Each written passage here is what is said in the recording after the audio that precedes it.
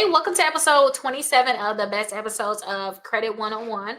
The original episode for this was actually 118. So I actually created a worksheet for you guys to help you guys prioritize what debts to pay off because you need to figure out what debts to pay off first. Now, let me say this. I have been listening to Dave Ramsey. It's been changing my mind on some of the things that I think, and then I'm not all the way sold in terms of like the snowball method. But I create a worksheet that you can still do the snowball method in terms of figuring out what debts to pay off first, or you can actually do the avalanche method, which I'm going to talk about. And then you got another one that's just it's emergency. Like which one is going to hurt you right now? Which one do you have to drop the money for right now? That's a whole different situation. I don't care where this debt is at. If it's something you need to pay right now or something bad is going to happen, you need to pay that debt like right now. Okay. Like if you going through a foreclosure, I don't want you to think about, oh, I got this one credit card. No, you might need to figure the foreclosure out, especially if you want to keep your house. So you got those three different things you want to think about. But with this worksheet, you guys will be able to actually list your debts, the amounts that you owe, the interest rate, the minimum payment, what's the current balance, and then figure out what's the priority of them all.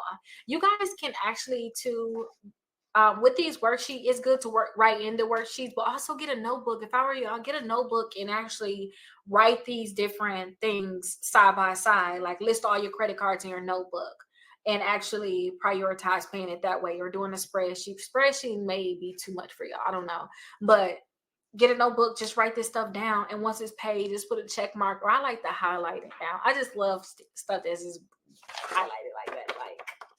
But yeah, let's get into the worksheet because I'm going to go on and on about nothing. So let's look at the actual debt price. Let's look at this worksheet because I can't not say even talk today. Now, the step one is to list all your debts. You got credit cards. Go ahead and list the name of the credit cards, the total amount owed, what's the interest rate, what's the minimum payment, what's your current balance, like the whole balance. And then we're going to talk about priority after we finish listing all of the other debts. Do you have any personal loans? If you don't have a personal loan, you can literally cross this out and put your next credit card too. You'll have an auto loan, you already paid that off, or you don't have a car, go ahead and put some other debts here. But student loans, your auto loans, medical debts, or just other. And then you kind of have some room too where you can list even more. If you, like me, you got so many different credit cards, so many different things. If you have debts that you have to actually pay off, then you can list those other ones here. But again, you want to fill in all this information, not priority. Priority is going to be based off of number two. This is how you're going to prioritize your debt. You got the debt avalanche. That's when you guys are going to prioritize paying off the debt with the highest interest rate first.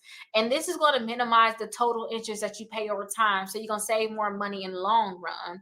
And then you also got the debt snowball. And this is you're going to prioritize paying the smallest debt first. This strategy gives you a quick win and it builds momentum as you see your debts disappear faster. So you have to pick which one you're going to choose. Now, I'm going to say, like Dave Ramsey did say, go with the lowest debt first. He did say that. And when I first started listening to him years ago, I paid my car off. It was less than 2 years. That was my highest interest rate. Why wouldn't I pick that? That's what I thought. But then again, I didn't continue on with certain debts right away. So maybe it is some type of mental thing where maybe if I was paying like the smallest ones and then got up to that one, I still would have paid her. I don't know. Pick which one you want to pick, but definitely look into Dave Ramsey if you guys have debts because it's a big thing. I definitely want to say that it's debt. If you guys have debt, definitely look into him. But I still like the avalanche method because I want to pay the one with the highest interest first. I really still do want to do that. That still will be my first mind. Calculate your monthly payment plan. So you have to determine how much you're going to pay. What's the minimum payment? Calculate that. If you have extra income, whichever one had the highest interest, you're going to put it on that one first. So maybe you have the highest interest on your auto loan. So you're going to put, all of the extra payments on that. And then the total for this month is going to be everything here. If you're not going to put extra payments on a credit card because you want to start with the highest interest first, which is the auto loan, then you can go ahead and just put zeros there because you're not putting any money on that. And then put the totals all together. Now, keep in mind too, you guys, you have to figure out what method you're going to be paying them off. So what I would do is I would put numbers here, or even the original to make sure these numbers are in order based off of what you chose as step number 2. So if you know your auto loan was number 1 because it's the highest interest, go with that first. Then your student loans was next, because you don't, maybe you like me, you don't hold a balance on your credit cards. You're not going to have debt there. You're going to pay that immediately anyway. So maybe that's not really necessarily a priority for you. Maybe you have other debts like an auto loan, student loans, things like that. So go ahead and calculate the amounts you're going to pay every month, and then make sure you monitor your progress. So track your balance every month. That's what I would say. And don't forget that notebook. Get the notebook or print this out multiple times if you need to. If you need that this section multiple times, or you just put the month on it. I sometimes would do things like that. Like how I like this part of it. I would probably print this 12 times and have it for the next year, and I'll just put the January, February, March. It just made it simple and print it back to back, like step number 4. That's what I would personally do sometimes. But what's your starting balance, what's your current balance, and what's the amount that you actually paid altogether? So this is how you can be able to track it and revisit and adjust. If you find out that you have a higher interest rate somewhere else and you want to pay that one first, then switch it up. If you find out you don't want to do the snowball no more, you want to go with the highest interest because you got momentum, and you realize you're putting money on debts that don't even charge you interest, then do that. If you want to go to snowball because you're like, no, let me do that, let me just knock out the small ones, then do that too. But celebrate your milestones no matter what. So you paid off your first debt. When did you pay it off? And what type of reward did you give yourself? Again, I always rewarded myself with snacks.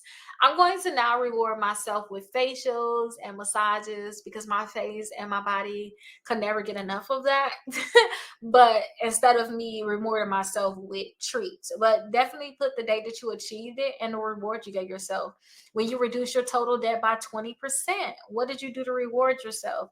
You pay off their high interest debt. Maybe you paid off your car. What you gonna do to reward yourself? Now we have some final tips here too.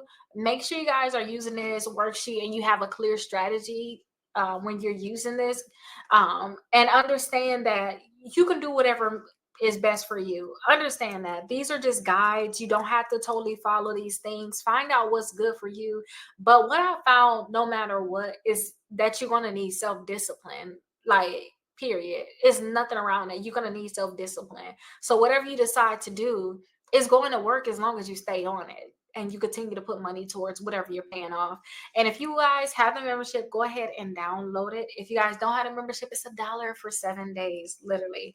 And it's $9.99 at the time of recording. So definitely get your membership, and I'll see you guys in the next one. Hey, welcome to episode 28 of the best episodes of Credit 101. So in this episode, we're going to talk about debt validation.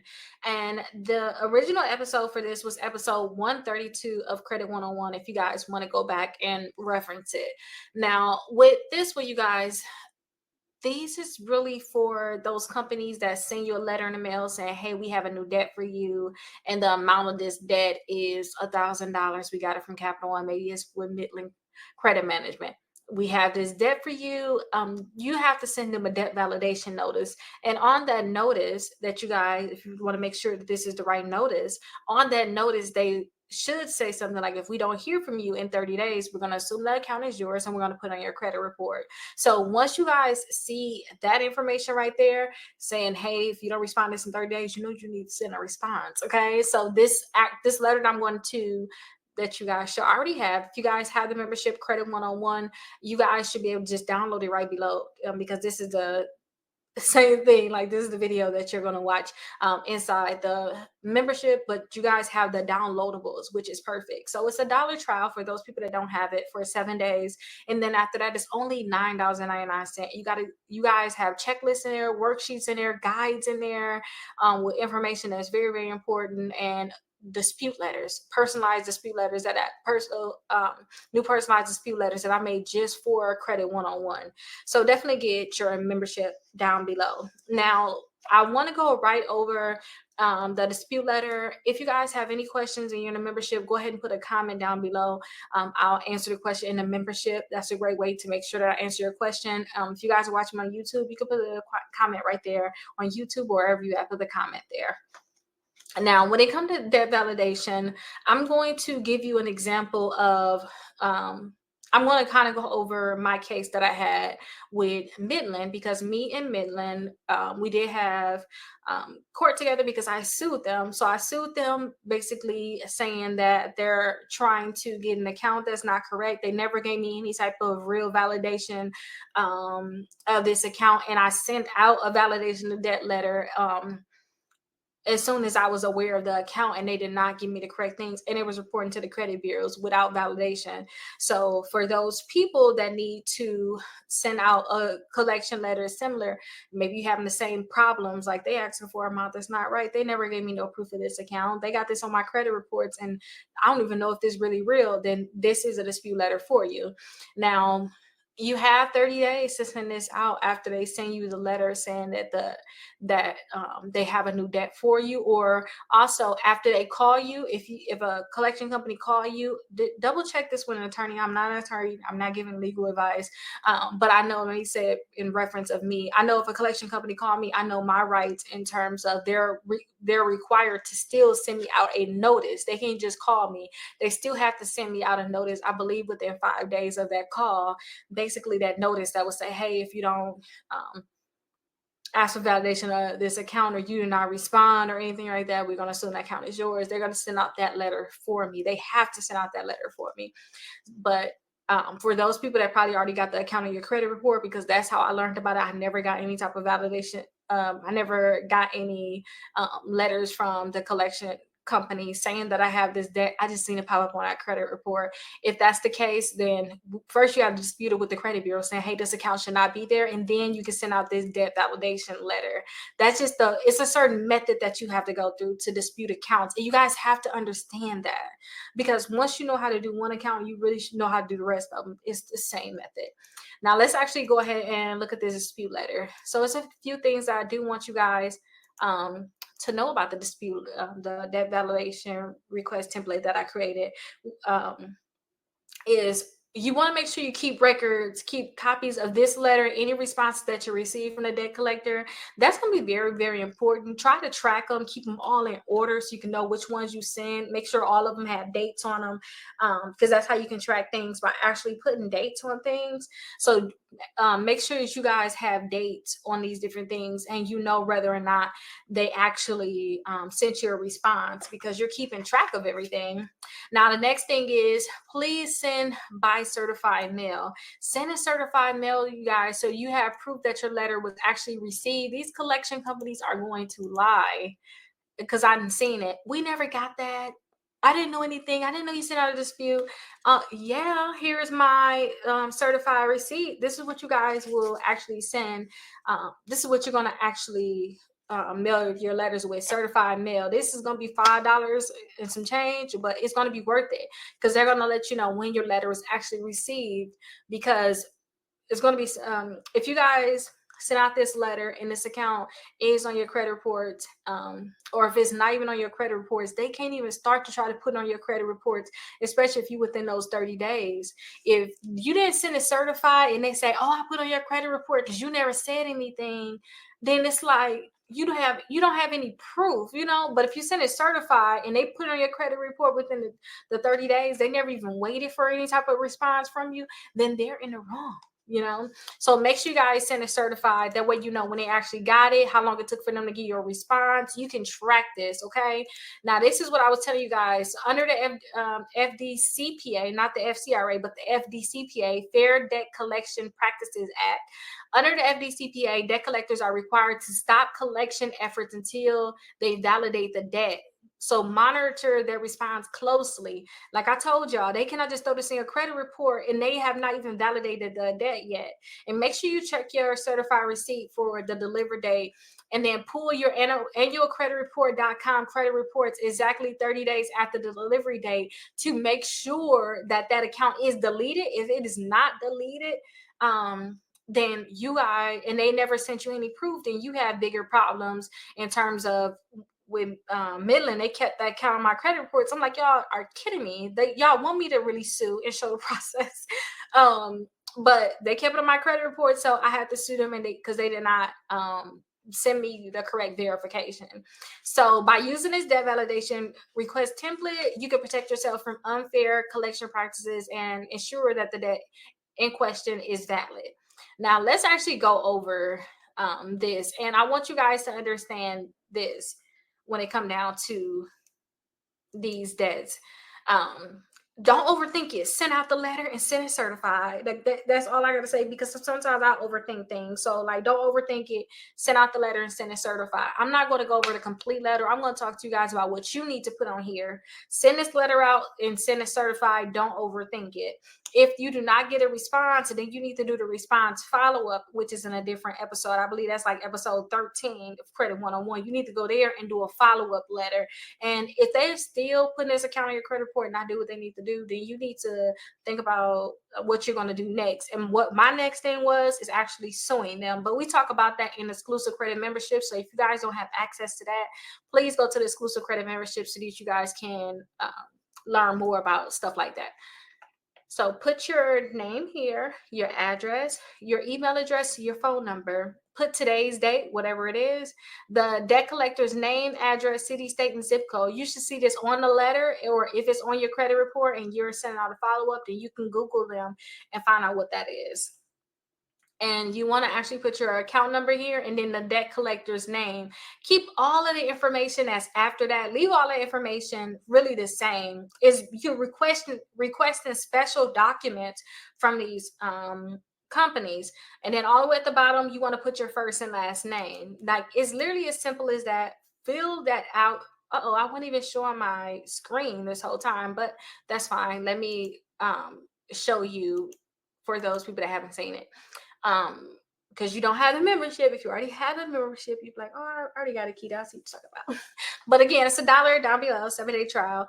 Put your name, your address, city, state, and zip codes, your email address, your phone number, the date, the name of the collection company, the address, city, state, and zip code, and the account number, and then the debt collector name. And then all the way at the bottom, you'll put your name again as like your signature. So that is the information that you have to fill out, and then that will be this letter here, which is the debt validation request template. So definitely make sure you guys send it out. Do not overthink it. The thing that you really want to make sure that you do is just send it out. I'm telling you guys, sending it out, because a lot of people are like, oh, I'm not gonna do it, and then you just forget, and now you don't have any, you messed up now. So basically, just make sure that you all send it. Don't overthink it, okay?